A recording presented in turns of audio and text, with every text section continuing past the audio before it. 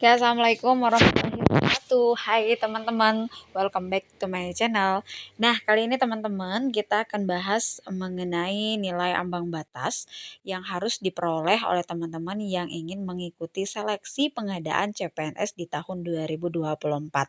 Dan di video kali ini juga kita akan bahas poin-poin apa saja sih yang harus dipelajari oleh teman-teman untuk bisa mendapatkan nilai yang, di ambang batas gitu ya, sesuai dengan keputusan Menteri Pendayagunaan Aparatur Negara dan Reformasi Birokrasi Republik Indonesia Nomor 321 Tahun 2024 tentang nilai ambang batas seleksi kompetensi dasar pengadaan pegawai negeri sipil tahun anggaran 2024. Nah ya teman-teman, perbedaan dari P3K dan juga CPNS ini terletak di tesnya sendiri gitu. Kalau P3K ini tesnya atau soal yang diberikan oleh pihak BKN itu langsung berkaitan dengan tugas yang akan mereka laksanakan gitu. Kalau kita misalkan mengikuti tes P3K guru, maka soalnya tentang berkaitan dengan dunia guru gitu. Sedangkan kalau misalnya di kesehatan, maka soal yang akan diberikan adalah soal-soal yang berkaitan dengan kesehatan. Begitu juga dengan yang lain. Nah, kalau di tes pengadaan CPNS ini umum, semuanya yang mau tes baik itu keguruan, baik itu kesehatan atau juga teknis, ini akan menghadapi namanya ujian yang pertama itu SKD. Maka di dalam, ujian SKD ini teman-teman ada 3 macam soal yang akan teman-teman isi, yaitu tes wawasan kebangsaan itu TWK, tes intelijensi umum atau TIU, dan juga tes karakteristik itu pribadi atau TKP. Nah, di sini teman-teman harus, teman-teman kuasai beberapa hal yang tercantum di dalam surat keputusan ini. Ini sebagai pengalaman pribadi saya sendiri nih teman-teman ya. Saking ke-excitednya kita, saking kesemangatnya kita, maka semua yang bersangkutan hal-hal misalkan ya contoh-contoh soal, terus juga catatan-catatan lama gitu ya kita pelajari sehingga membuat otak kita penuh gitu. Bahkan sampai apa yang harus kita pelajari yang sudah termasuk di dalam surat keputusan kita ngeblank gitu, kita nggak tahu. Nah, ini jangan sampai terjadi kepada teman-teman sekalian yang ingin ikut, tes pengadaan CPNS di tahun 2024, maka harus terus menggali informasi sebanyak mungkin nih teman-teman.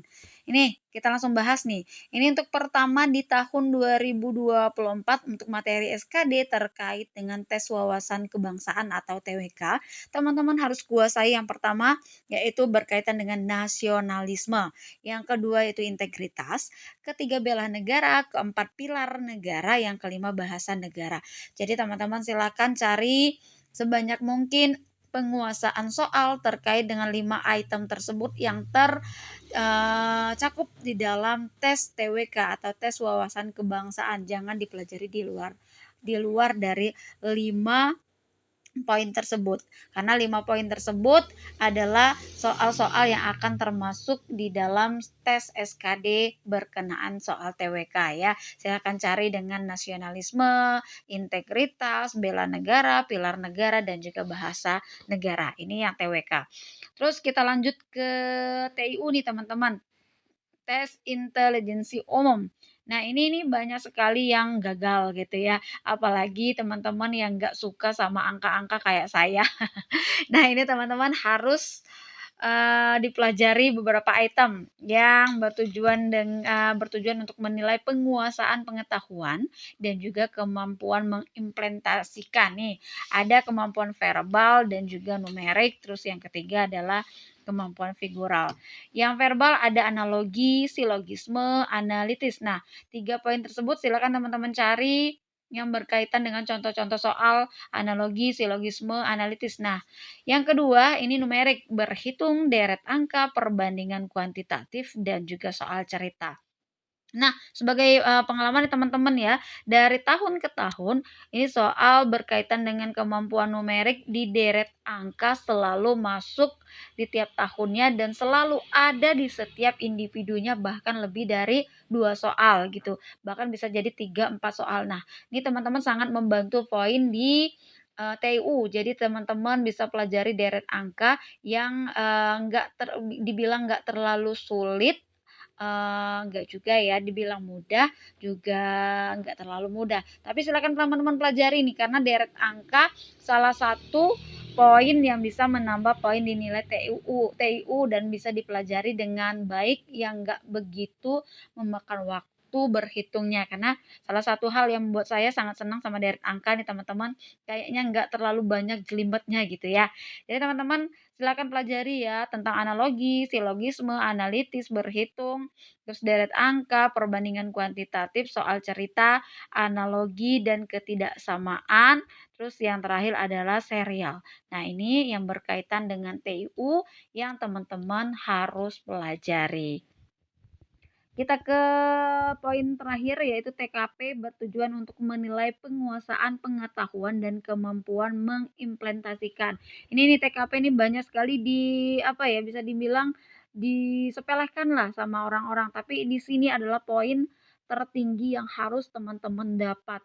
Karena di sini ini banyak soal-soal jebakan yang kadang kita nggak habis pikir, yang kita pikir itu adalah poin yang tertinggi, ternyata itu adalah poin terendah. Jadi perbanyak belajar soalnya berkaitan dengan pelayanan publik, jejaring kerja, sosial budaya, teknologi informasi dan komunikasi, profesionalisme, dan anti radikalisme.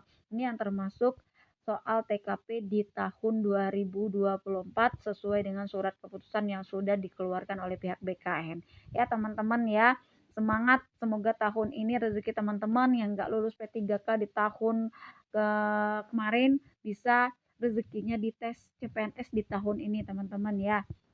Terus teman-teman, ini berkaitan dengan soalnya terdiri dari 30 butir soal untuk TWK, TIU terdiri dari 35 butir soal, terus TKP terdiri dari 45 butir soal. Itu soal-soal yang harus teman-teman jawab. Nah, untuk nilai kumulatif paling tinggi SKD sebagaimana dimaksud pada diktum pertama ya adalah 550 jika teman-teman bisa menjawab semuanya dengan benar. Wow, gitu ya.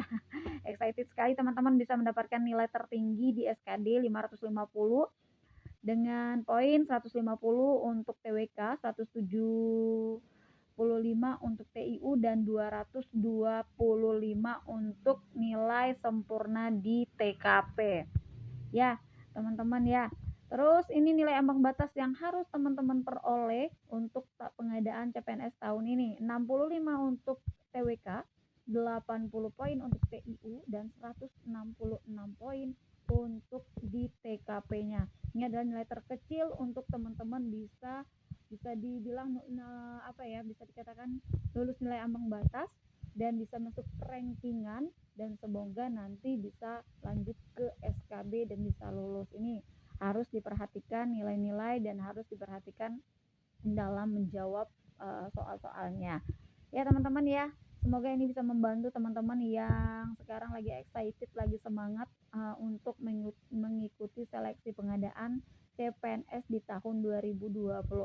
Silakan pilih jurusan yang kalian punya gitu ya, formasi apa, terus silakan lihat-lihat formasi yang terbanyak yang bisa membuat teman-teman masuk di dalam rankingan tersebut. Next video kita akan bahas mengenai beberapa hal yang harus dipersiapkan untuk menghadapi tes CPNS. Jangan lupa saksikan video saya selanjutnya, dan ini dikeluarkan pada 29 Juli 2024. Terima kasih ya teman-teman. Semoga ini membantu teman-teman sekalian, tetap semangat. Semoga rezeki di tahun ini bisa digapai oleh teman-teman semua. Oke, bye-bye dan wassalamualaikum warahmatullahi wabarakatuh.